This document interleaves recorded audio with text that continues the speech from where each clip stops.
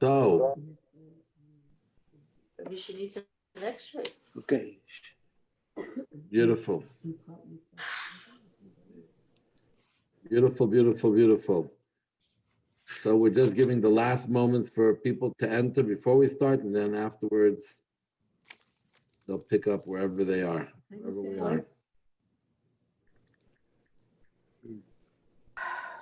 I want to actually welcome everyone this evening. Hello, hello. Great to see you tonight. And as we go into our sixth installment, wow, we've traveled Hawaii, Singapore, Utah, Congo, where else did we see? Dubai, and now we're meeting India. And before we start, I just want to dedicate tonight. I'm going to mute everyone so therefore there's no background noise. I want to dedicate tonight to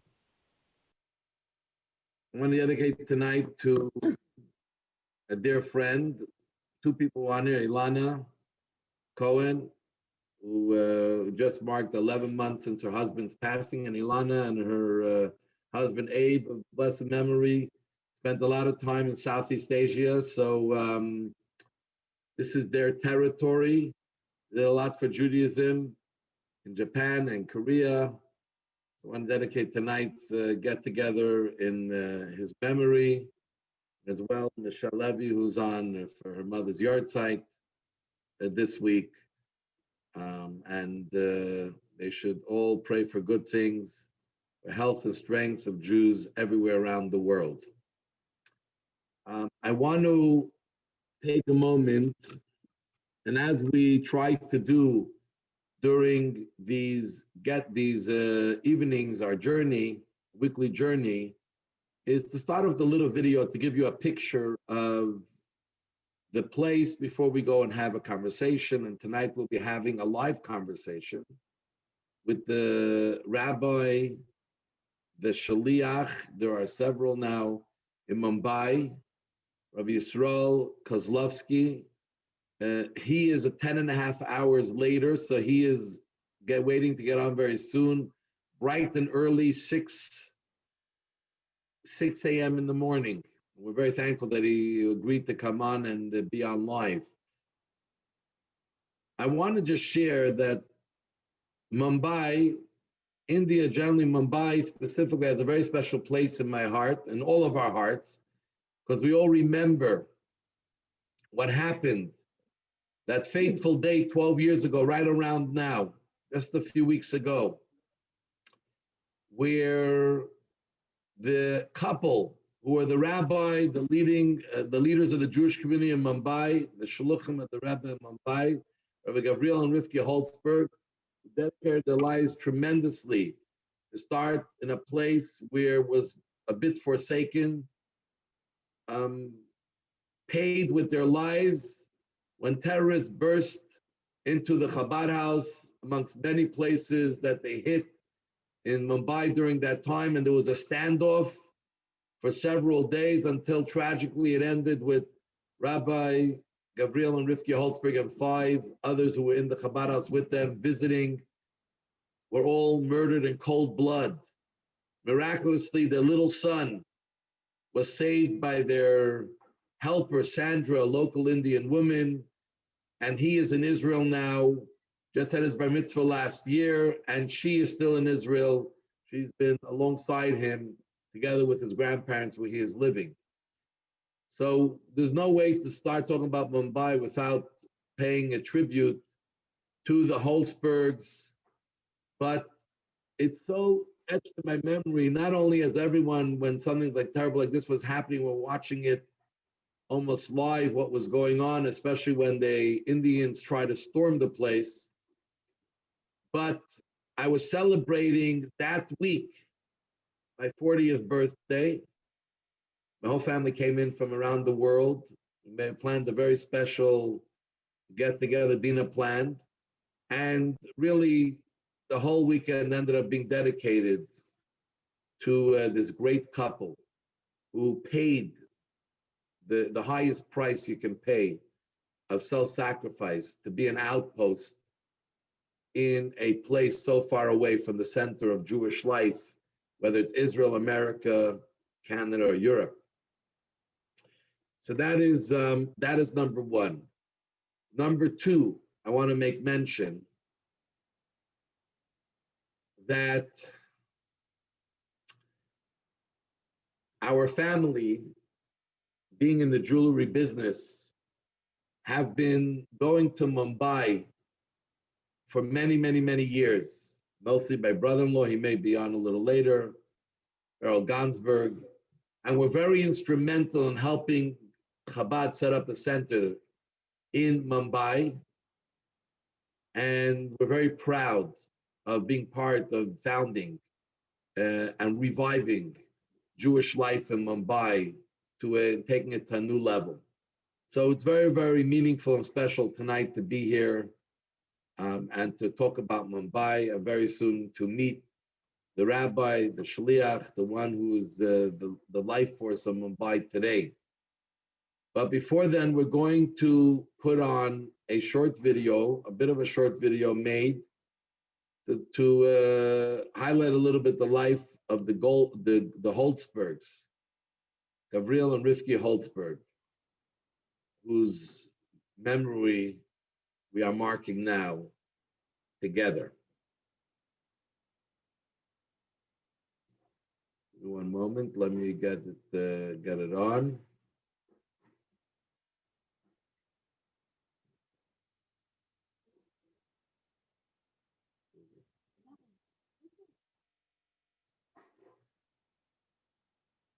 Okay.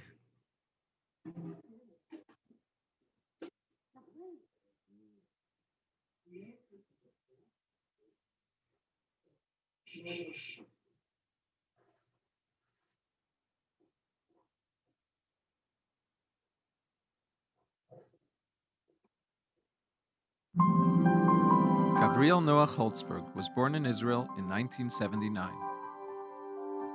At 9 years old, he moved to New York with his family. At first, it was awkward, but it didn't take long for the shy, Hebrew-speaking kid to make his mark. In 5th grade, he won a study competition, learning 50 double-sided pages of Talmud by heart. On another occasion, he won an international learning contest, flying to Israel for the final round, which he won. Living in New York gave him the opportunity to meet with and learn from the Rebbe.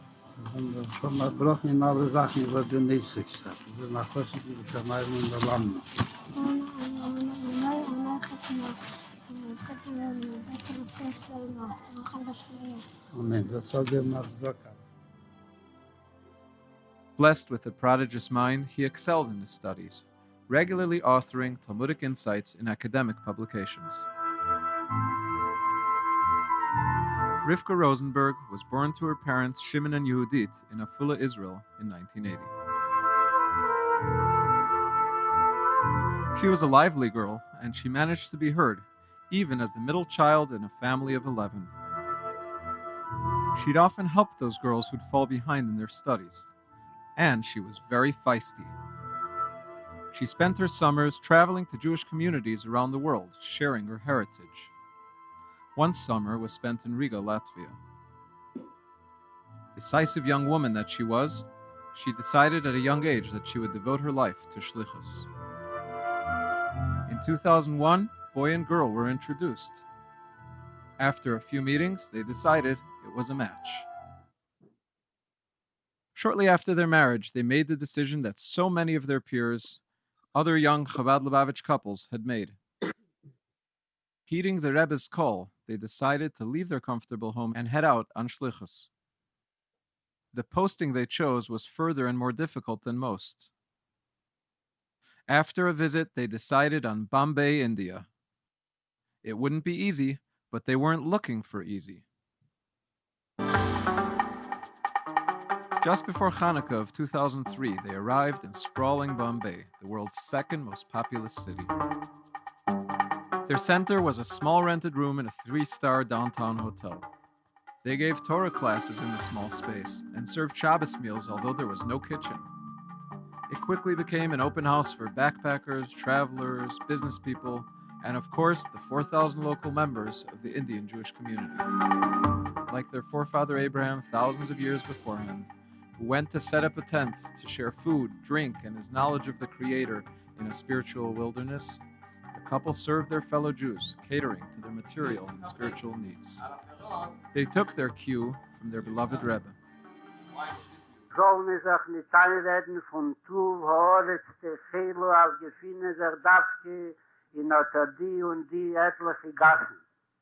Und was dort ist da Radio und Television und jeder Tag frische Milch und das früh einmal als Schauer und bei Nacht das zweite Mal als Schauer und man hat mit den Deiges mit Cholovisrol und von Passisrol und hat da viele den Nebesten dienen und von da nicht riet sich nicht. Herze Chai, Sedo Amedino Chareva. Amedine war sie noch nicht entwickelt. Und hat dort gefunden sich Jiden, wo sie wissen nicht, dass sie fällt etwas.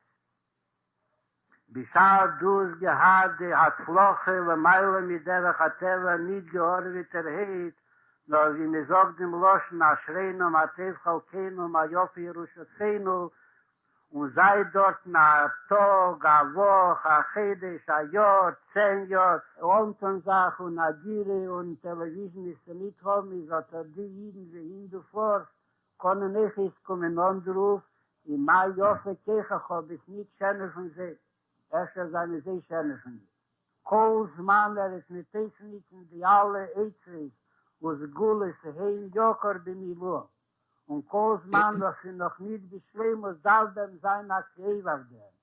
Und nicht sie fällt in Kiew, fällt in Nachdus, mit HaKodesh Baruch Hu, mit Zugeterossi und mit Zweisel, dem Kruz, was Jotzom im Alte, Sheleilom, Alidei Habal Shemte, was Avas Yisroel, wie das Suahiden, was gefühlt sich bekannt wird, wenn man keinmal nicht gesehen.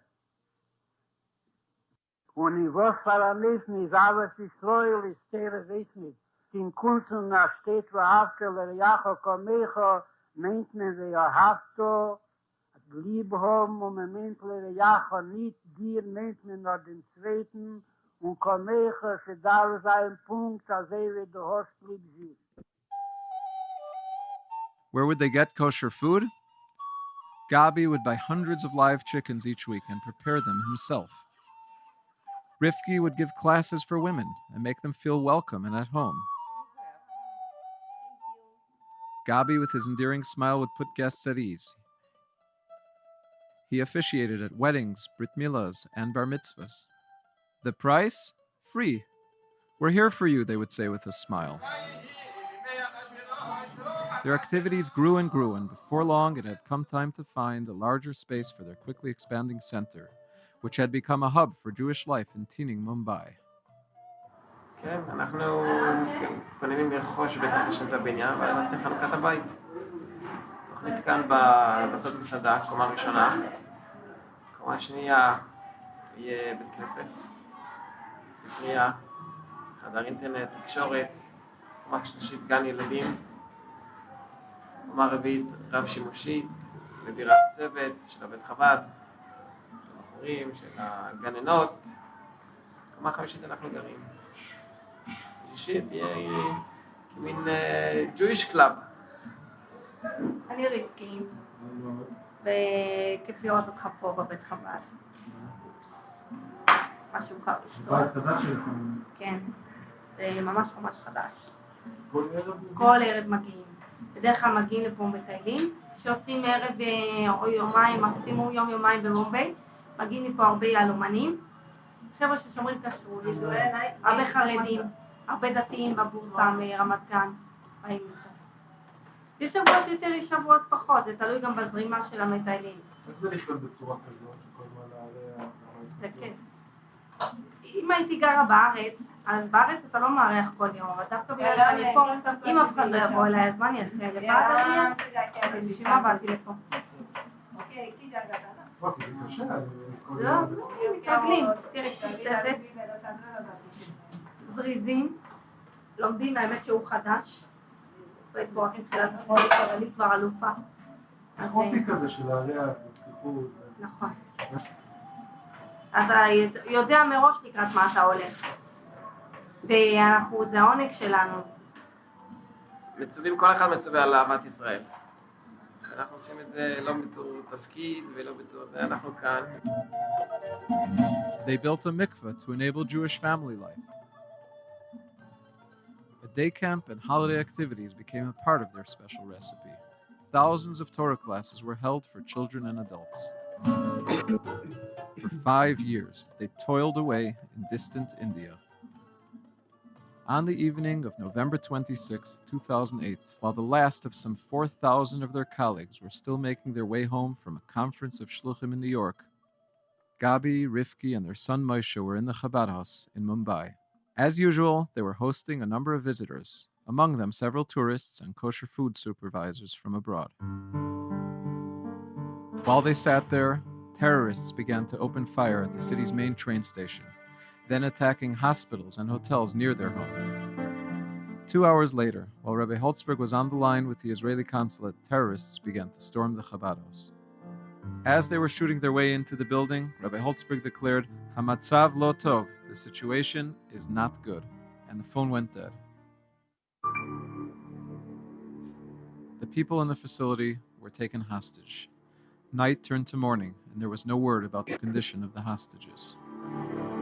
At the Chabad house, probably sitting around the kitchen table with the Holtzbergs, were Norma Schwarzblatt Rabinovich, a 50-year-old Mexican citizen who was traveling in India and intended to make Aliyah 3 days later to join 2 of her 3 children who had already immigrated to Israel. Yocheved Orpaz, a 62-year-old mother of 4, was in India visiting her daughter and 2 grandchildren. Her friends described her as having a huge heart. Reb Leibish Teitelbaum, a 37-year-old father of 8, the oldest of which just turned bar mitzvah, the youngest just a few months old, living in Mea Shearim in Yerushalayim. A student of the Satmar Yeshiva in Williamsburg and Montreal, he was respected as a Torah scholar and halachic authority. She'd often help those girls who'd fall behind in their studies, and she was very feisty. She spent her summers traveling to Jewish communities around the world, sharing her heritage.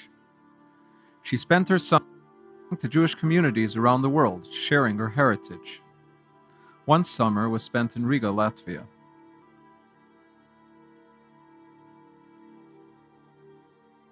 In an incredible display of unity and caring, Jews across time zones and affiliations gathered in prayer for their brethren trapped in a building continents away, and for all the hostages and victims across the city.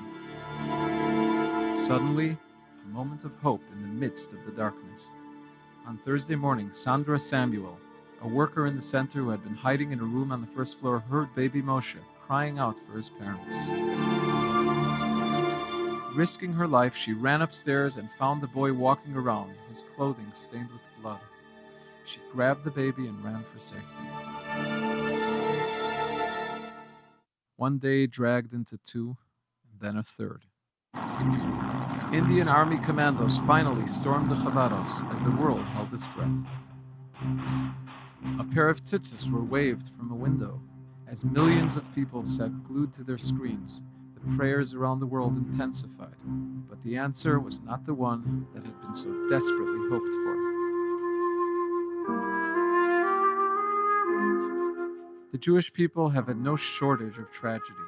In times of unfathomable loss in recent history, the Rebbe would state that it is not the job of a human to explain or justify God's doings.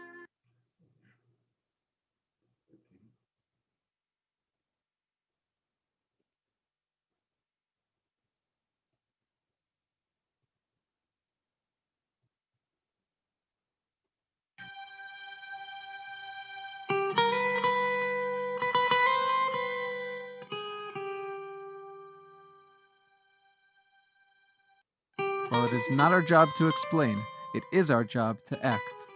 At each outrage, the Rebbe would firmly and patiently counsel that even the most depraved situation must be cultivated to make something positive come of it.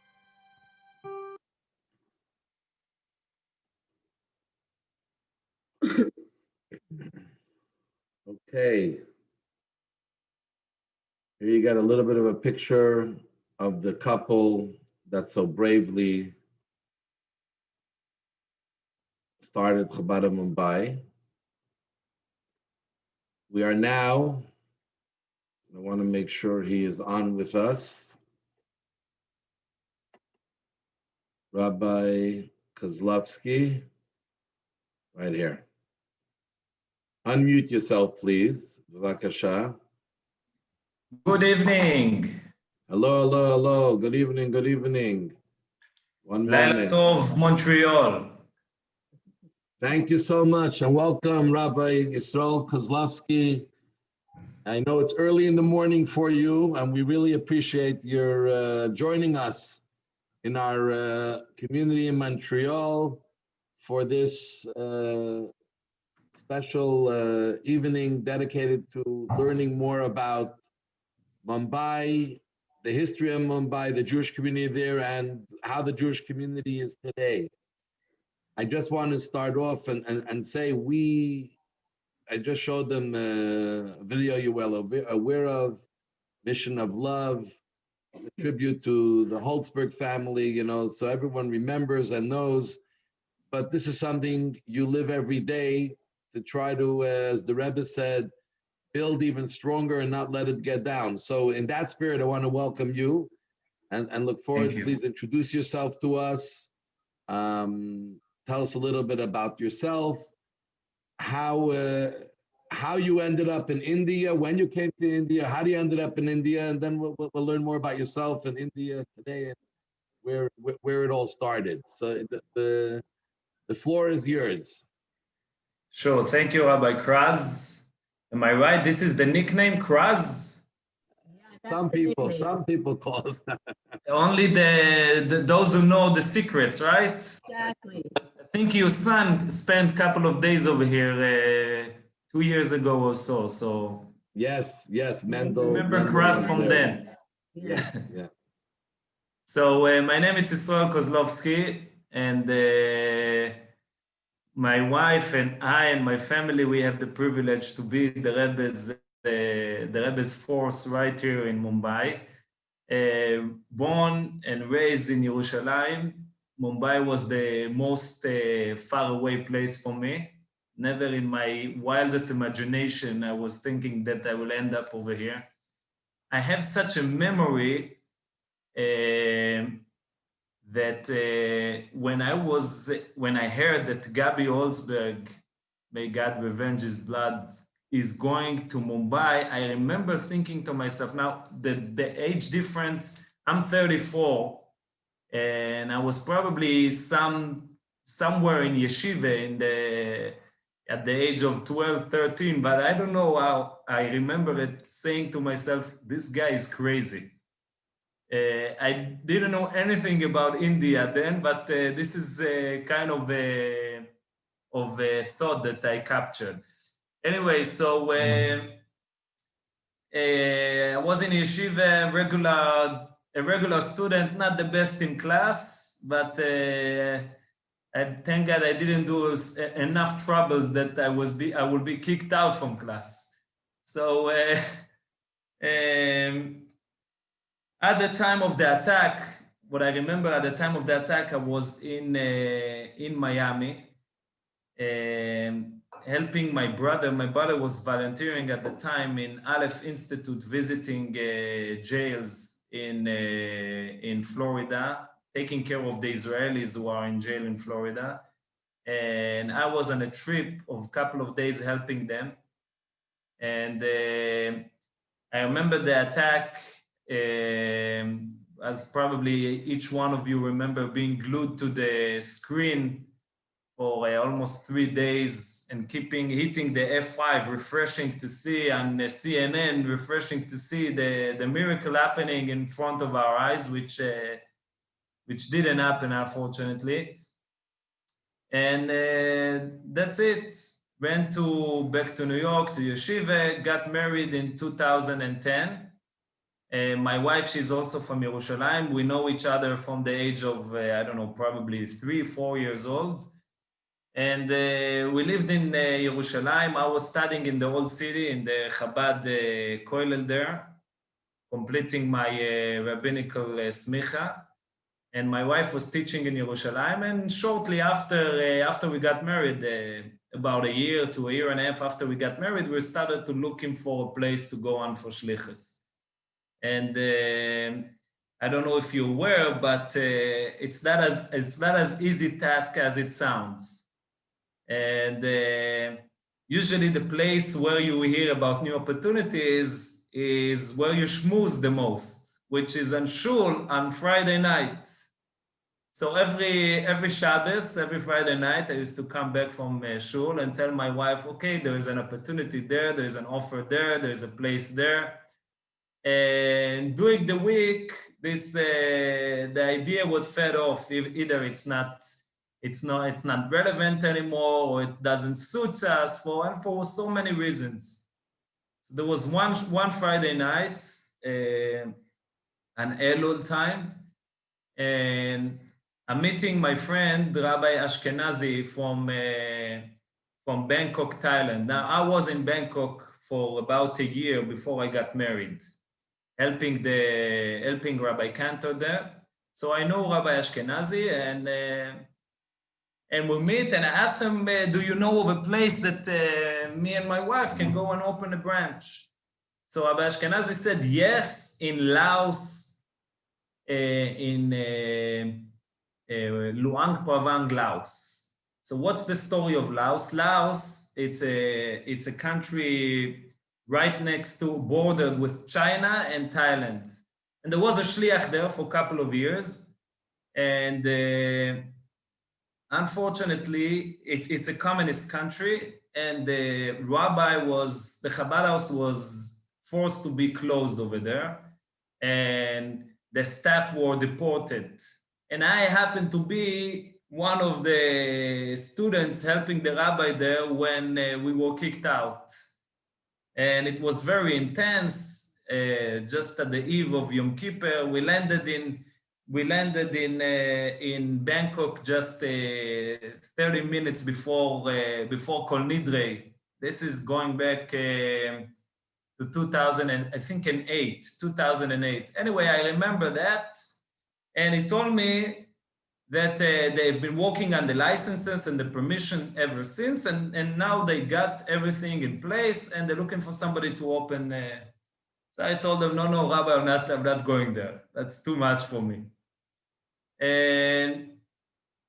And then he goes to his place, I'm going to my place, and we start davening. And when we're dancing Lechodeidi around, like in the normal Chabad shul, we're dancing Lechodeidi around the bima, he comes, tap on my shoulders and said, Israel, you said you're looking for a place? I said, yes, sure.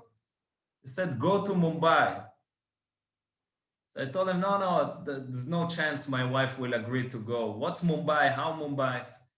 So anyway, what he told me is that there was a couple that was sent here temporarily right after the attack, and they are going back to Israel in a couple of weeks, and we need somebody to replace them, and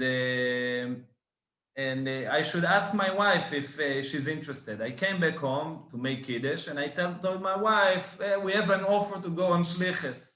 So my wife said, oh, okay, what's now? Like it was a ritual every week thing. So I told my wife, no, now it's serious. So then I told her Mumbai. And she said, here, and then she said, you know what, let's hear. And I came back to him on shul the next day on Shabbos morning, and I told him, my wife said, let's hear, let's meet, let's talk, let's discuss. So he told me, okay, it's by Ashgacha Protis, by a divine providence, that Rabbi Cantor, who's the head shliach also to India, is in Israel, and he's going to be in Yerushalayim tomorrow. Let's meet. Anyway, so I call him up the next day, Sunday morning, and he said, come to meet me at the hotel, where David City there, whatever, any of those hotels. And I was driving a scooter, coming there, not knowing what's facing me. And when I walked into the room, was Rabbi Cantor and Rabbi Ashkenazi from Thailand, and then Rabbi Kotlarski, his brother and his son, basically the people who runs the show. And I'm sitting around the table and they asked me, okay, so when are you going? I said, where, what are you talking about? So Rabbi Kotlarski said, so I heard that you're going to Mumbai and I just want to know to figure out, well, what are the details? When are you going? Anyway, a week later, I think a week or 8 days later, we landed here for the first time. And my wife was pregnant there with our first daughter. She was in the 8th month into pregnancy. So we just traveled for a couple of days to see the place. So they put us in this nice five-star hotel. And they gave us over the weekend from Thursday to Sunday to decide. And they put a lot of pressure on us, claiming that there are many, many people who want to come to this place. So we have to be quick in our decision. Anyway, so that's it. And Saturday night and Sunday night on the way to the airport, we had to decide, and sure enough, we decided to go and take this challenge and take this opportunity. And here we are, almost 8 years later. My wife just had our sixth son, the fifth one to be born in Mumbai. And that was a little introduction, maybe a little too long about my family, Rabbi. Wow, that's an incredible turn of events, and Bli Ayin Hara, your 6 children, 5 of them born in Mumbai. That is so very special. I'm sure we'll hear through tonight or by you morning a little bit more about more interesting things going on since you've come. But when you're living in Mumbai, what is your main work in Mumbai? Meaning, we know vaguely there is Jewish history in India. We'd love to hear a little bit like when it started and how much of that history is still today. You know, what is still today. Maybe you want to tell us. Okay, so Mumbai, it's a little challenging place for a Chabad chapter. And the reason being, most of the Chabad houses dealing with one to two type of crowd of, I would say, people. So there is Rabbi Kraz, who most probably dealing with mostly his community, a local community. Then there are Chabad houses who are mainly dealing with tourists. Our Chabad houses who are mainly dealing with business-oriented people. Now, Mumbai, it's a place for all of this together in a one small building. And the history of Mumbai goes to, according to some of historians, goes all the way back to the destruction of the first Beis Hamikdash, the destruction of the first temple. It's not really clear what's the source of the first group of Jews who came to reside over here. Some saying it's a ship that of business people who were traveling the Silk Route, and they lost the way and they ended up in the coast of Maharashtra. And some saying it's a ship that a group of Jews who were exiled and lost the way, exiled from Israel and lost the way and ended up over here. There are various of opinions of what's the source of the earliest community over here. The brother of the Rambam, Rabbi Avraham, who was the brother of the Rambam, in one of his letters, he was a business person who was traveling a lot around the world. He was traveling to India many times mostly for purchases of spices. And in one of his letters, he writes to the Rambam, his brother, describing that he met this group of Jews which most probably this is referring to the first, the Bnei Israel community, which is the earliest, the oldest community here in India. Fast forward maybe 1,000 or maybe more than that years, where a group of Jews who were exiled from Spain came to reside in the state of Kerala, which was a hub for trade with the world and spices and other stuff that India is famous for. And according to some, it's mentioned already in the Tanakh. This city is mentioned already in the Tanakh that David HaMelech have sent people to purchase things from Kerala. And the most recent update is the Baghdadi Jews, founded by David Sassoon, who had to flee Baghdad, had to flee Iraq some 250 years ago.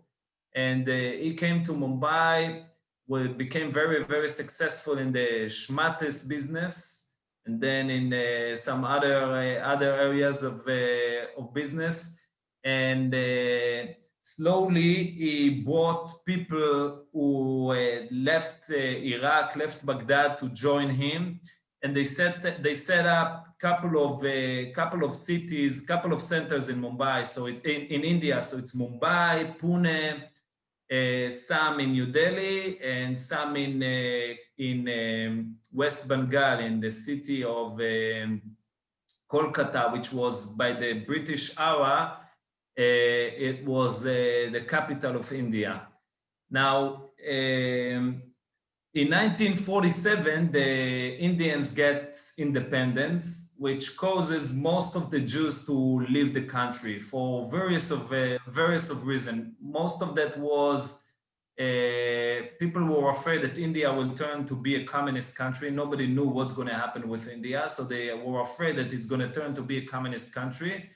And also, many Jews were having the business and their income from dealing and having business with the British rulers. And once the British rulers left India, they basically lost their parnasa, lost their income over here. So many of them left. So we are talking about a community that were estimated to be about 40,000-50,000 in 1947 to today about 3,000 to 4,000 all over India.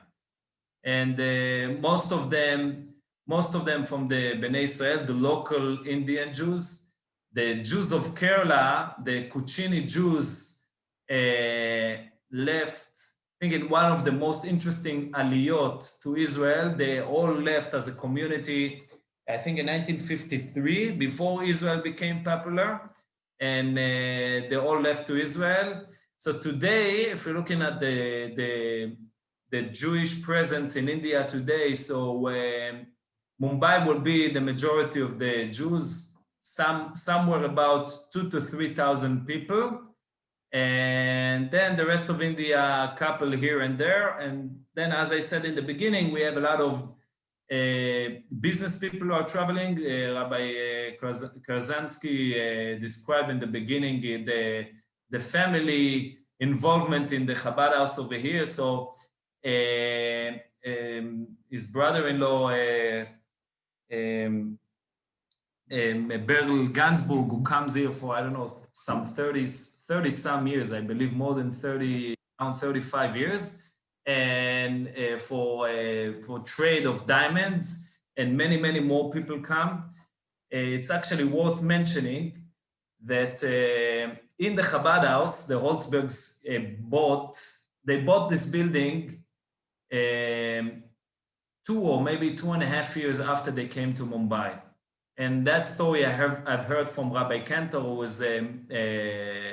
was associated and very close friend with Rabbi Holzberg, is also being officially in the Chabad hierarchy. He was his boss, kind of the head rabbi. And he said that one day he gets a call from Rabbi Holzberg, from Gabi. And Gabi said, Rabbi Cantor, I want you to fly in to check out this building I want to purchase. So So Rabbi Cantor told him, what's wrong with you? You're barely there for 2 years. What are you buying buildings for? So he said, listen, Rabbi, I'm at the place where I'm now, which is called Shelley's Hotel. I'm renting this place, and the owners decided to sell the building, so they gave me a notice that I have to vacate the place in a couple of months. And ever since, I'm trying to rent another place, and I find no success. People don't want to rent places for me. So I see it as a sign that I need to buy my own building. I need to buy my own place. Now, Mumbai, as dirty and polluted it is, it's one of the most expensive places in terms of property, in terms of real estate. And sure enough, he was roaming around, found this building, which he got a good deal, nice deal, $1 million. This is back in 2000, I think 2005. And he decided to buy the building. So he signed on a contract without having a penny in his pocket, that in a couple of months, he will pay the whole sum of $1 million. And in the meantime, he will move to this building on a rented basis. Anyway, a couple of months passed by and the due date came, and sure enough, he still didn't have a penny in his pocket. So they renegotiate the deal by the time. So anyway, they renegotiate the deal 3 times. And in a span of, I think, 1 year. And the price went up from $1 million to $1.5 million. And he ended up getting a donation from the Rowe family, which I'm sure you've heard of, a donation of $1 million. But when they gave him a donation of $1 million, he said that he's not happy. So they asked him, are you crazy? You're getting $1 million donation. So he said, it's a very nice donation, but doesn't solve my issue. And so they asked him why. So he said, because I need $1.5 million. So they gave him another $500,000 as a loan, where he purchased the building. So in his idea, the building has it's a five-story and a 5-story building. So 2 of the floors, it turned to be a kind of a guest house or a Jewish hotel. And I'm sure your brother-in-law stayed there a couple of times. And from what I heard from people, and again, many of the people who come until today are regular business people who were here doing their time. And they turned to be very successful because they had a one-place solution, everything Jewish in one place. There was accommodation, food, shul, beautiful library, people to schmooze with. So a lot of the business people and many other people would come to stay in their hotel in the building. I heard from a diamond person, a good friend of mine, he told me that he used to book room 3 to 4 months in advance, and at many times Rabbi Olsberg would tell him, I'm sorry, I'm fully booked. They only had 8 rooms. So fast forward, when we moved here, the building was still almost destroyed, like after the attack. And when we came in, we started with the renovation.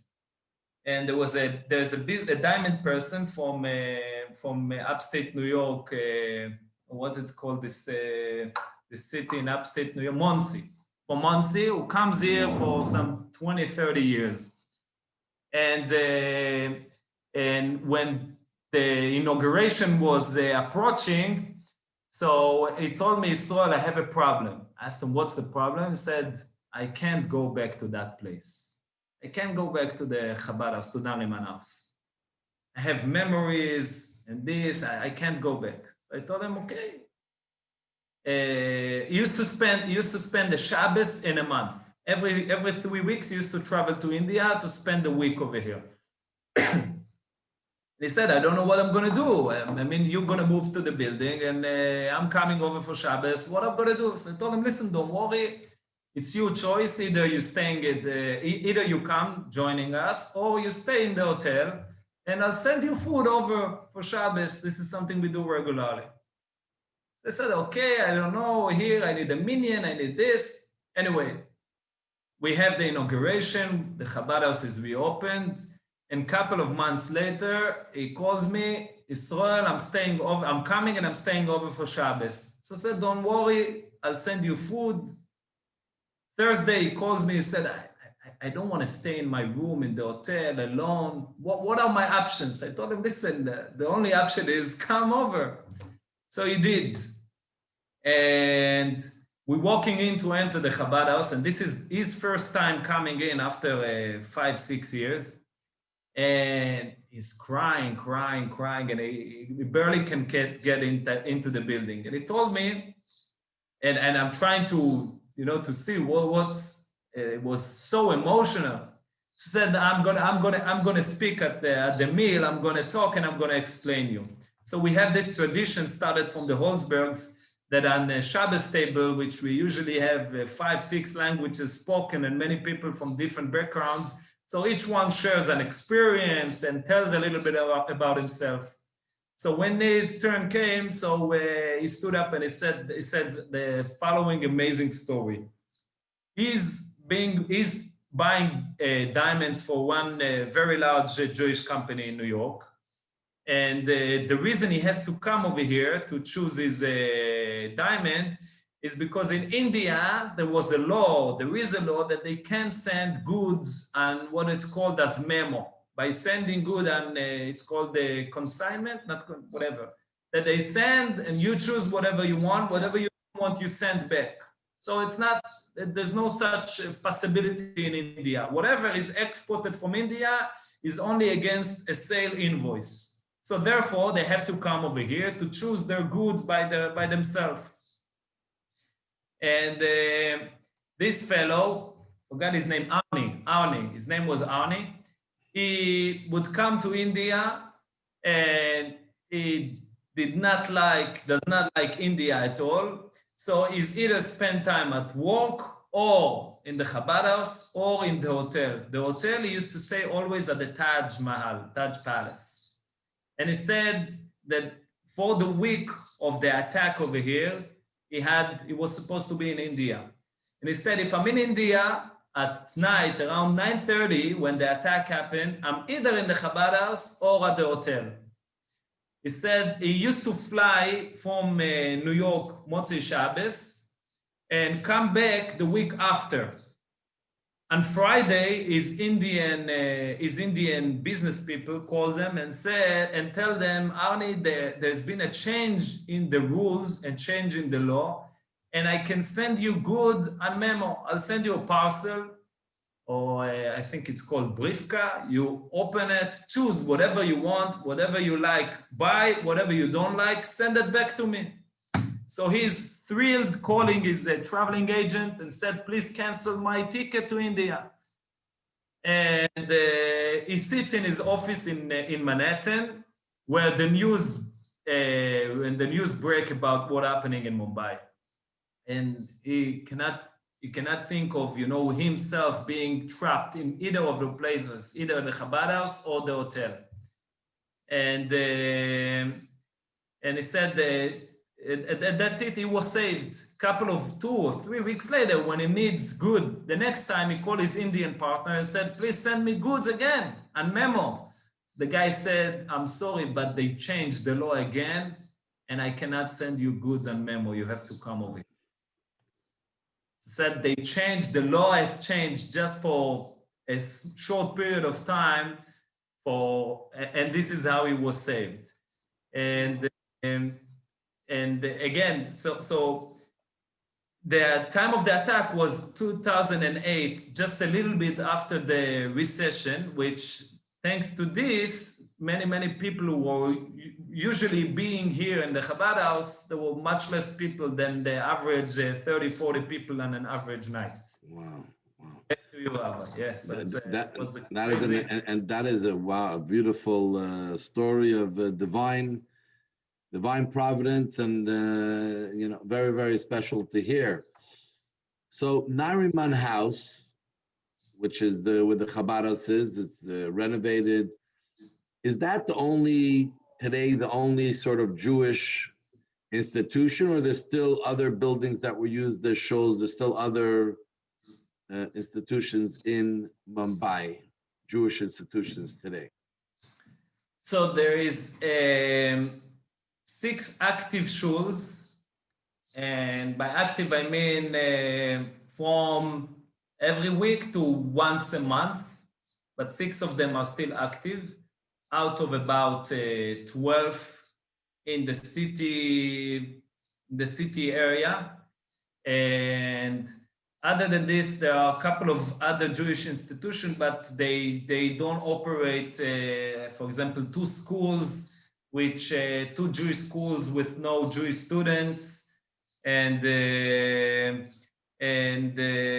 basically that's it. So when we came over here, one of our first thing to do was to reopen a school. We could not work with the present institution, so we had to build the school from scratch. And so today we are the only Jewish school that exists in the city. We have 22 kids in our educational system, out of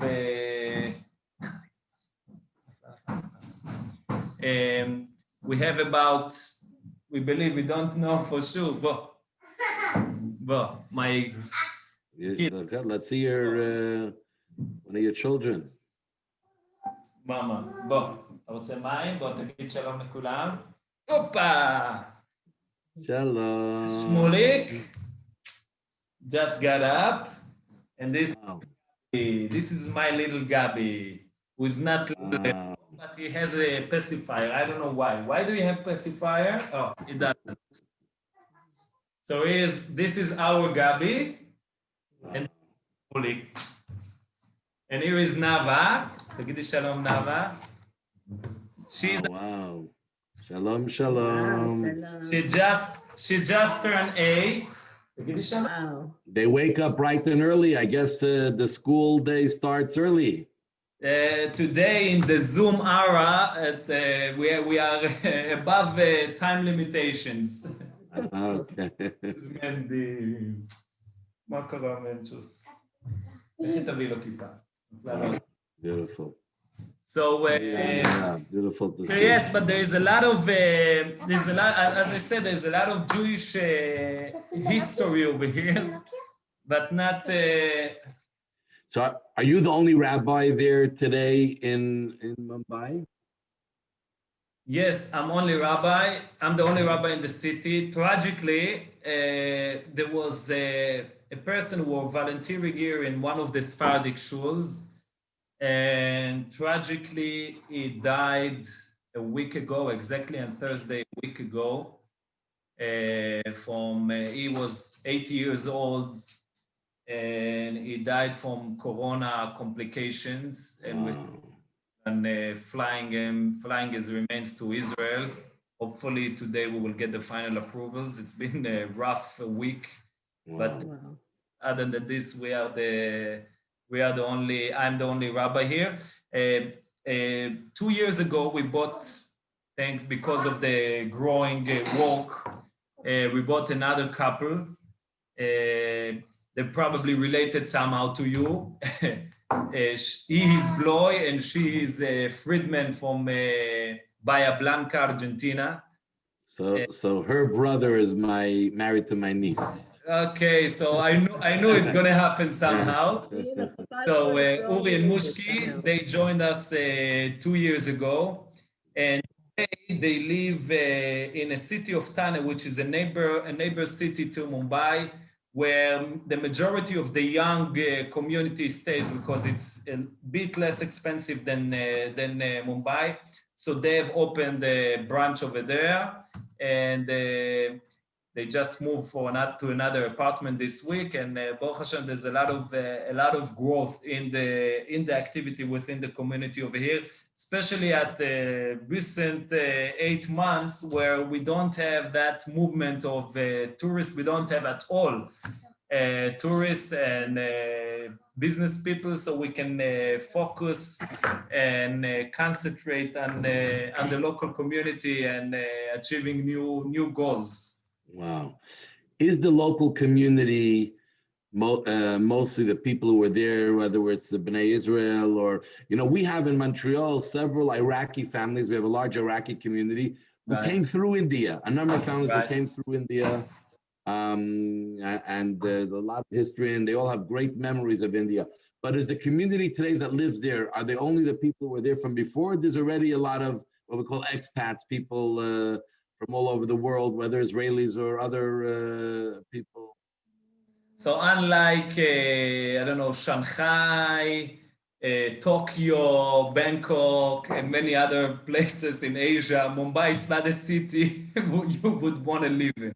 So people who have to come here for work, they usually come and go.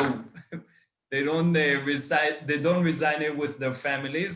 There are a couple of such family, mostly diplomats, so they have to stay here, and some business people. Again, it's a no-brainer to live in this city because it's so expensive that many people rather be on taking flights. If they're coming from Israel, it's just a short 6-hour flight. So many people come on Sunday or Monday morning, and they leave on Thursday. Night. I'm sure you know from your brother-in-law how much he loves coming to India. Speak to your son, but maybe now we are changing it. But yes, so not many people. We have a couple of. They loved going to be with you guys, with you and the whole. Before that, they loved going. It's very special. But other parts of the city they didn't necessarily like. So we understand well what you're saying. Even though there are a lot of people who travel, a lot of our friends who go through India. Yeah, I remember I used to say in the beginning that the best thing to be in India. To come to India is that you can live India. Now it's changed, Baruch Hashem, but for a couple of years, that was the best thing that we had in India. So what is the average, the people in India, in Mumbai and in India, there are a lot of Muslims there and others. How do the Jews fit in? Is there anti-Semitism on the streets? Do you have to worry? Are they very nice? Are they, like, you walk and no one cares? So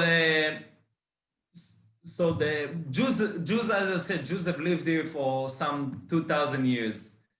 Anti-Semitism was never was never a problem over here. I think it mostly has to do with lack of knowledge.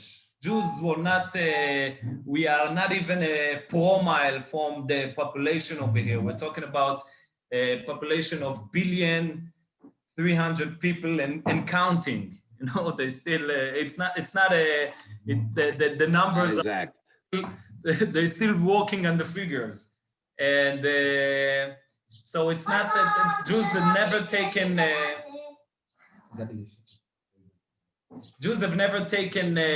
a big presence over here. Although I must say that Jews were very busy and involved in the, for example, the gate of India was built with, some of it was a contribution of the Sassoon family. The State Bank of India, the State Bank of India was incorporated by Jews. And especially the city of Mumbai, many of the city of Mumbai icons Jews were involved in creating it, but Jews never really took an important space over here. So there's no anti-Semitism. I think most of Asia, if not all of Asia, has no history of anti-Semitism. In fact, the first place, the first incident of anti-Semitism in India was the attack in the Chabad house, which was by Pakistani terrorists. So it's not even a local anti-Semitism. However, ever since I'm here, I've seen a lot of change. Meaning, I've seen a lot of change in awareness. When I say to people, so there is the Hindus or the local Indians, they love Israel. They feel alike. There's a lot of similarities. Israel is surrounded with Muslims. The same is India, surrounded with Pakistan and Bangladesh, and they have this fight over the disputed area of Kashmir. And Israel also fights with the Palestinians, so they see a lot of similarities. But the Muslim, which is, according to some, counting to 250 million people in India, if I'm not mistaken, it's the country with the most Muslim population in the world, and it's still considered to be a minority. And there's a lot of money which being infused by other country to radicalize the scene. So there was an attack a couple of years ago, I think around 10 years ago, there was an attack in Delhi, and one of the diplomats, the Israeli diplomats in Delhi, there was an attack there, and there's a lot of tents. We do get from time to time call or warnings from the Israelis or from the Americans or from the local police that we have to stay away and we have to be careful because they found this and they found that. But it's in general, it's very safe to walk in the street from anti-Semitism point of view. 99% of the people would not even know who you are and what you represent. I'm greeted mostly with Salam Alaikum because I'm wearing this white shirt and I'm having a beard. So most people in the street would think that I'm some sort of an imam or some Muslim representative. And even when you say I'm a Jew, most people would not even know what you are talking about. You'll have to say Yahudi. And when you say Yahudi, so then for some it rings the bell. But so yeah, that we live fearless life. I'm often saying that I feel much safer walking here than in the city, than in the streets of Brooklyn in 2 in the morning. So wow. So let me ask a question. Your children, they go to your school, or they're also on the online school that exists? So they do go to our school, and our eldest, she's having, just to enrich her, Lubavitch identity, we have her on online school also for an hour a day. And this was pre-Corona times. Now our school is on Zoom and everything moved to online. So yeah, they spend too many hours in front of the screens without having a place to go and many friends to visit and all the play areas. So we cannot send them outside to play because of the pollution and many other things. So we became unified for the last couple of months. I think they're already sick of me. They can't see me anymore. Thank God they cannot control it. It's not in their hand at the moment, right? They look well behaved.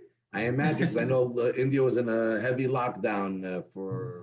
Yeah, we had an very intense lockdown, and thank God I've managed to get the permissions to travel in the city, because we had to literally bring food to the members in the community. It was so, in the beginning, it was so difficult that people were locked home without food, and especially kosher food. So we got the right permissions. Also, there was no transportation and the city was on a standstill. It was unbelievable. And but we still had to do to give people food, to take ladies to the mikveh. So I became the mikveh driver for a couple of months. I used to travel with my wife, leaving the kids alone, and travel with my wife, sometimes an hour and a half away to pick up a lady, take her to the mikveh, drop her back home. Yeah, it was we had a crazy, crazy months, but now Baruch Hashem, things are getting better. I think they gave up on it mostly. That is really interesting. But what is with like kosher? You have to make everything that's kosher, bring everything from outside the country. תגיד שלום. תבקש ממנו. Yeah. גבי, תיתן לו קצת את הטלפון. So yes, it's now 7 o'clock. When we're gonna end this meeting, I'm gonna go daven, and then I'm gonna go slaughter some chickens because we're out of stock. And in India, if we want to have food, we have to make it. We make 90 or maybe 95% of our food we make from scratch, especially in the last couple of months when we don't have movements of people.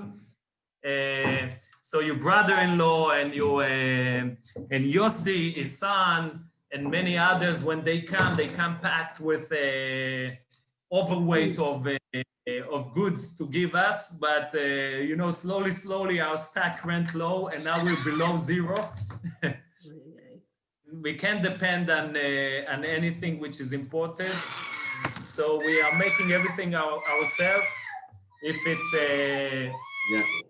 wine, I've learned to make wine in the past couple of months. Or if it's shchites or chickens, we cannot. Unfortunately for me, we can't we can't slaughter here because we might be in dangers. But yes, I'm gonna go in an hour's time. I'm gonna go shecht some 200 chicken. It's not just for myself, but the whole community. Wow. Yes, everything needs to be made from scratch. But milk, you milk cows? Do you we milk do cows? milk cows. We find that cow milk is not as healthy as it's advertised. And a year ago, we found a brand of almond milk, which is imported from Australia, which is kosher. So it solved a lot of my family demand. But for other people in the community, so not far from the Chabad house, about 10 minutes from the Chabad house, there is a place where we're going to milk. They only have 8 cows, so they can only give us 10 to 15 liters at time. So it's very hectic. It smells not as pleasant as it sounds, or maybe it smells as it sounds. And then we have to pasteurize the milk. And I personally don't like it. But Nava went with me once. You remember Nava? You want to share with them the experience? You went with me for milking cows to bring Chol of Israel. Yeah, so fun? Did it smell good? Every time the kids go with me, it's the last time they have cow milk. I have to convince them that hard cheese is not from cows, otherwise it's unbelievable for us to hear. You know, we're in a city like Montreal where the question is, this bakery is not good enough because we have so much better. You're here to live a life where everything you need to eat, you have to make sure that you plan before you get it. And yet your kids look lively. We're not going to hold you much longer. You have to take care of your kids as well. It's early in the morning. But this is really inspirational for us to hear how you're such a positive attitude. And I'm sure you bring it to your people as well. And you know, keeping Judaism alive and strong. I'm sure if there'll be travel and tourism and businessmen, you'd be very busy, very busy now with that as well. And it's really, really special. So just maybe want to finish off and then tell us. I want to share I want to share an interesting story. I have a couple of minutes. Yeah. Yeah, you know, we are told and we are taught that whenever you do someone else a favor, you actually helping yourself.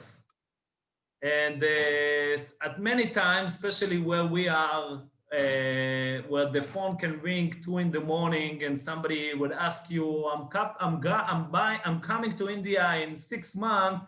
I want to know if what time is sunset.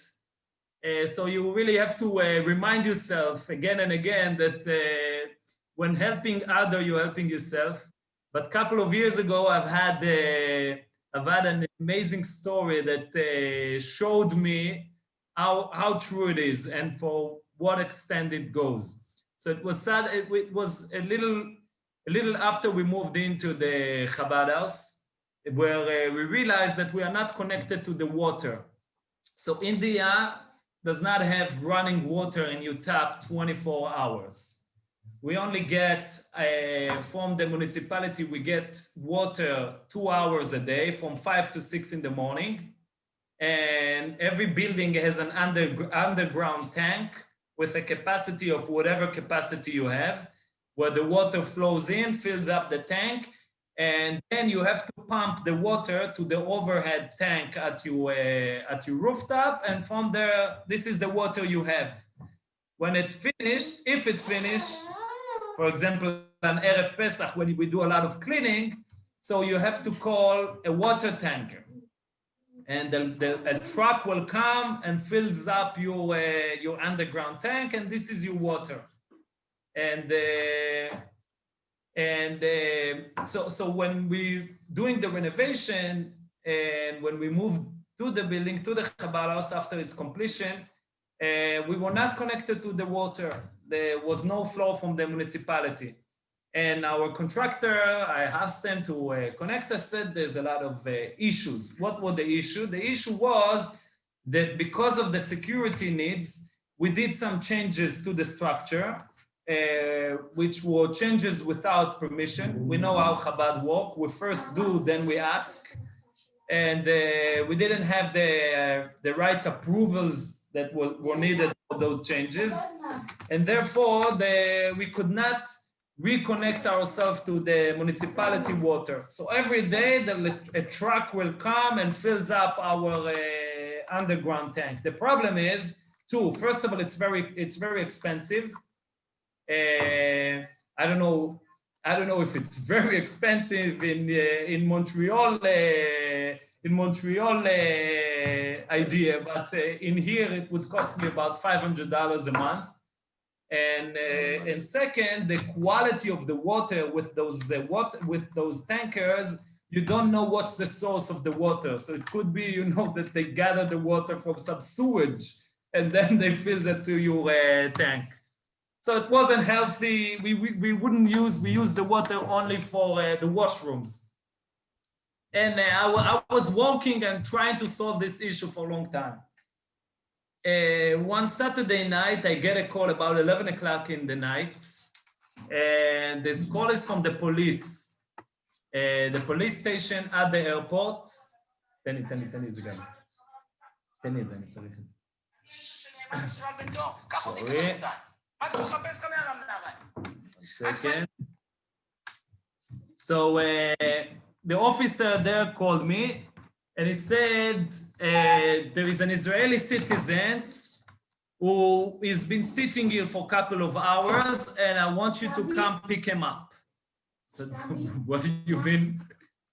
So it turns out that there's but an old guy, 70-some years old, who is not really in his best mental stage, and he's been sitting there in the police station at the airport, and they don't know what to do with him. He's not arrested, doesn't have any legal issue, and they called the Israeli consulate, but since it's a Saturday night, it's over the weekend, there's nobody there to answer, so they called me to come and pick him up.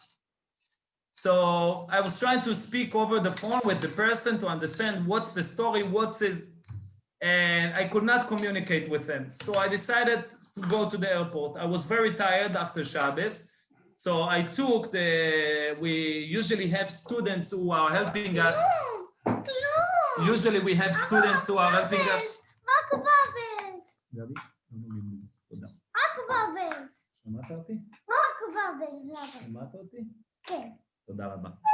So we usually have אני יודע שזה מעצבן, אבל אתה יכול לא להפריע לי, ואתה יכול כן להפריע לי אם אתה בוחר. אבל זה לא טלפון שלך, יש טלפון והטלפון שלי, יש עוד 2 דקות. מסכן. אולי מנדי עוד 2 דקות תיתן לך את הטלפון. מנדי, אתה תיתן לו את הטלפון עוד 2 דקות? כן? אולי. סבבה, בסדר. טוב? לא בסדר. זה לא בסדר. אולי גם אתה רוצה להגיד לספר להם סיפור? They're very well behaved for kids who are stuck at home. כן? לא? מה פתאום נהיית ביישן? Okay. Maybe we'll warm up in I said they're very well behaved for kids who are stuck at home. I can't hear you, Rabbi. You said anything? They're very well behaved for kids who are stuck at home. I cannot hear you. Can you hear me? I hear you. We hear you, yes. I can't hear you, Rabbi. Anyway, so we have those students who come to help us in the Chabad house, and there was a student who came just a couple of days before, so I told them, Mandy, I'm coming to pick you up, and we'll go together to the airport. We're going to the airport, and we're finding this Israeli guy, 70, I think it was 76, who not in his best stage is telling me that he's invented the MRI, and somebody stole the idea from him, and this and that. I was trying to gather some information to understand, but the guy was not cooperating. I took his phone and looked through the contacts and found some number, and I had to wait for another hour or 2 until it was Shabbos over in Israel, and I called these numbers, and turns out that this fellow is being lost for a couple of days. His family in Israel does not know what happened to him. So he flew to India to travel, and he has some health problems, so he's on medication. It takes some 30 pills a day, and he put his medication in his suitcase, and the airline which he flew with lost the suitcase. So he's landing in India, in Delhi, without his medication, which some of those medication are a life-saving medication, blood thinners and heart tissues. And so it's been a couple of days, 4 or 5 days that he's without his medication, and his situation is deteriorated. And then the airline told them, he somehow understood from the airline that they will ship his belongings to Mumbai. So he took a domestic flight from Delhi to Mumbai. By the time he landed in Mumbai, he was already out of his mind. So he started roaming around the suitcase carousel, waiting for his suitcase to arrive. And this is where the police found him. The police tried to help him, but they realized that he's not connected, he's not here.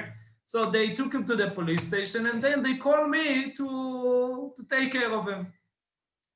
So I'm speaking with his family giving me the list of the medication he needs, and then I have to find out what are the name of the medications in India, and it's been going on for hours. It's around 5 in the morning where I finally find the medication for him, and I put him to sleep in a guest house I know.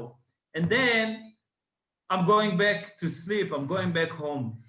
And I have these students with me who is staying in the Chabad house. And because we have a security system and an alarm system in the Chabad house, and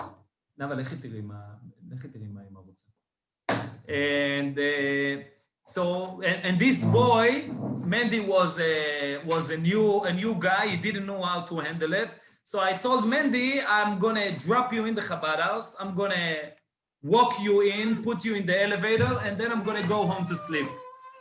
And then this is what we're doing. I'm dropping him in the Chabad house, opening the door, putting the password, letting him in, going out, locking the door. And as I go out of the door, I hear, it's about 5:30 in the morning. It's complete dark outside, only me with the rats. and I hear water gushing like so I thought that the neighbor building, which is just I don't know, 1 meter distance between my building to their building, I thought that one of the drainage pipes has been broken and all the drainage goes to my area. So it turns out the flashlight on my phone and walking around the building to find out what's the source of this noise. And as I go around the building, I see a small metal pipe that sticks from the ground, and there's water pumping out, water gushing out of this pump, and there is a drainage hole right next to it, and all the water goes straight into the drainage. Took me a couple of seconds to realize that this is the municipality water connection to our building, who for years probably has been every morning walking and pumping water, and the water goes straight into the drainage, and the only thing that we are missing is a small pipe 5 meter long to connect this pipe to our underground tank. The thing is that I was never in the Chabad house between 4 to 6 in the morning to find out. If you will give me, if you will allow me to share a screen, I don't know, you know how to do it? You know how to Yeah, we'll allow. Hold on. Yes, Yeah. just a second. I'll show you. I took a video of it because I could not, I thought I'm dreaming. It was so, early in the morning after such an intense night, I thought maybe I'm dreaming. So I took a video of it, and in the next day, I've sent it. I'm able to share a screen. Can you? Yeah, I don't know. I don't know if I can let you. Yeah, you can. You can either, the kids say that you have to make me a host. You can either make me a host or they. Okay, so let me do that. So yeah, we'll make you host. Okay. Anyway, I We just showed made you. you a host. Okay, now Okay, you're the I'm host. Okay. And here is the video. Optimize. Leave it up to the kids. They teach us how to use Zoom and everything. Yeah, it's unbelievable. They. Okay, so here's the video. Can you see the screen? Yeah. So here's the pipe. Here's the small pipe, and look what's happening. Wow. Wow.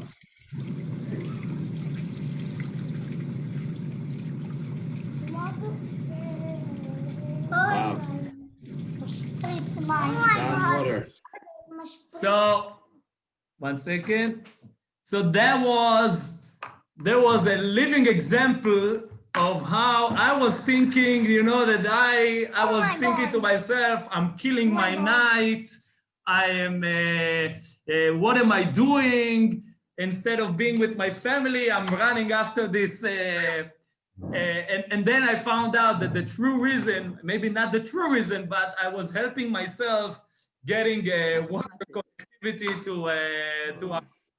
The next day, this fellow, we found some other Israelis who were flying the next day to Israel. We sent them to Israel, and the only reason he was there that we will get a water connection to our building. Wow.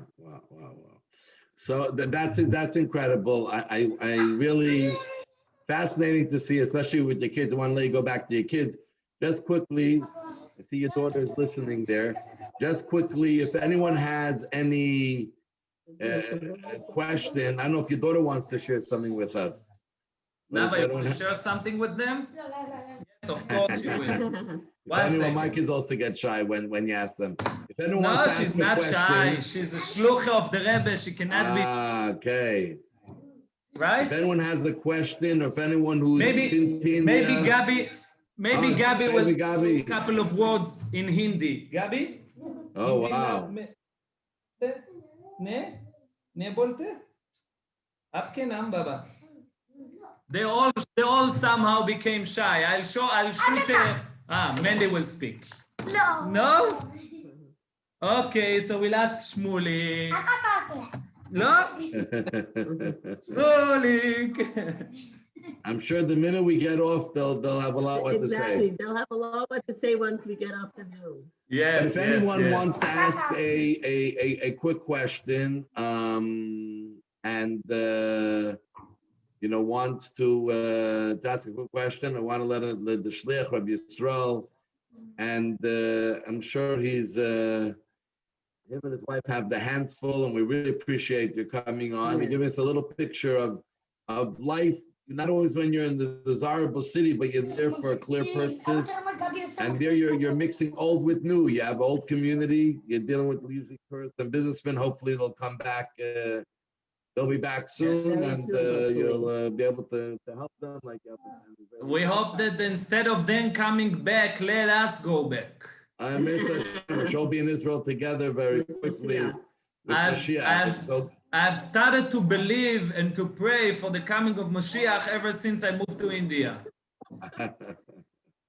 And Mashiach became a reality, a reality that we're really waiting for. I'm not sure how, it's probably more difficult to have this anticipation in Montreal than in Mumbai. 100%. I am sure 100%. So if anyone, show me you want to ask a question or unmute yourself. We'll take a question or two. Unmute yourself, or someone who's been to India wants to say something. If anybody has a question to Nava, you can ask Nava too. She will be happy to share with you. Yeah, Nava. I think Yossi is on, but I don't see his picture. Yossi Gansing, my nephew. But I don't see Yossi, please come back, Yossi. Oh, Yossi. Hey, Yossi, my nephew has been to India many times. Baruch Hashem, I heard you. You're muted. Unmute yourself. Yeah. Maybe he's in India. His internet connectivity is not stable. Yossi, you have to unmute yourself. Good. Now you're unmuted. Stay. You hear me now? Yes. No, Rabbi Yisrael, I heard you were on. I had to come just to see your face again. The booze supply is a truck. We are out of energy. And when you come, bring some steaks, Yossi, as usual. I hope you bring some things for the kids also. Yeah, he does. Yossi doing a good job. Beautiful. And Yossi, you've been around to see through the many years India, the Chabad grow and strengthen. Yeah, Baruch Hashem. I was there, my first time there was 2006 when Gabi was there. So, before Nariman House, right, Yossi? No, I was there right after we got Nariman House. Right after, okay. So we were able to, unfortunately, see the destruction and then see it rebuild through, a lot of work. We were there by the reopening, by your son's upshernish, by a lot of interesting occasions. Wow. So Baruch Hashem, hopefully we'll be able to come back and continue building. God willing. Anyway, shkoyach, excellent job. Beautiful. Any last question or anything, or we're all good, and we'll wish a good night or a good morning to Rabbi Yisrael and his wife Chai and his beautiful children, the ones that we saw, and the other ones to have continued success. And Nariman House should go to your Shalayim, back where your home is. We're all going to go home very soon with the coming of Mashiach. And just another Ashgocha Protis, sure. Providence that happened recently. So we had a baby born on Gimel Cheshvan. Dalet, sorry, my daughter correcting me. Dalet. A month and a half ago. Yeah, a month and a half ago. And although I know many things, but a moyel I'm not. and since it's a lockdown, it's very complicated to get a moyel in. So we managed already to get a moyel just before Rosh Hashanah. We traveled all around India and did the circumcisions to 5-6 month old babies, but he has left before Rosh Hashanah, and now it's my turn. there was another baby who was born in Delhi. So I was working on getting the permissions. And Baruch Hashem, with the help of many, I've managed to get a visa, a special visa for the Moel to come. But just before the Moel came, we got the blood test of my newborn son, and turns out that he has a jaundice. So we checked the parameters, and the parameters was so high that not only we could not circumcise him, but we had to wait a week when it dropped the permitted parameters below 10. We had to wait another week for his full recovery. This is how the halacha goes. And so we were waiting and waiting for that to happen. And when he recovered from jaundice, he had eye infection. And again, such a high infection to that extent that that not only we had to wait until his eye infection, but we had to wait another week before we could do his brit again. And the Moel is still in Israel. So there's one day he's fully recovered. And this is what I think. I'm speaking with the Moel, I'm sending him videos and WhatsApp pictures, and he tells me, yes, everything is okay. Next week, it was Tuesday. Next week, we will be able to make the bris. So now I'm start working on the, flight tickets and this and that, and final approvals and permissions. And then I'm looking at the calendar, and the next week, Tuesday, the day proposed for the bris milah, it's Rosh Chodesh Kislev. Wow. 12 years to the date of Mumbai attack. Wow. So we've had this year on the yortzeit of the Gdoishim, just a couple of feet from where they were murdered. Wow. Had our son bris milah. Wow. We have already Gabi. זה לא יידיש, זה אנגלית. ראש חודש כיסלב, I said in Yiddish, yes. Yeah. It was again, we see again and again. Wow. זה נדמה לי. We see again and again how Hashem runs the show. Not always in a way that we understand. And if we would listen to my suggestion, I have a couple of suggestions to suggest him. But thank God he does not listen to me. It reminds me of a debate that I think was between the Alter Rebbe, the author of the Tanya, to his friends. I think the Reb Levitzok Barditchev, there was once talking, and the Reb Levitzok Barditchev said, if I would be God, I will make all the Jews healthy and wealthy and prospered. And then the Alter Rebbe said, if I would be God, I would do everything exactly the same, but I want to understand why. Yeah. So we do not understand, many times we do not understand why. But at times Hashem is opening the window and we can see the miracles and we see the divine, and hopefully we will be able to see how everything, all the pieces of the puzzles falls in place, and we'll be able to travel with all the Jews back to where we belongs to. Amen. I think that's a great way to end, because now we're in the pandemic and many of us don't understand why. But we have to just continue doing our thing and not giving up and not getting down and not getting sad, and just working with what we have. And soon Hashem will hopefully reveal to us, not why, but to bring us Mashiach, and we'll see how it all equaled up to this thing. So again, Rabbi Yisrael, a big ashakayach to you, and representing you and your wife in this great work. And the best wishes for Atzlacha Rabba Muflaga, incredible success. Happy Hanukkah to you all. Happy Hanukkah, and I'll send Rabbi Moshe our Hanukkah programming. We have including a menorah, a traditional menorah lighting. Hanukkah is marking the first festival where Chabad was established in India.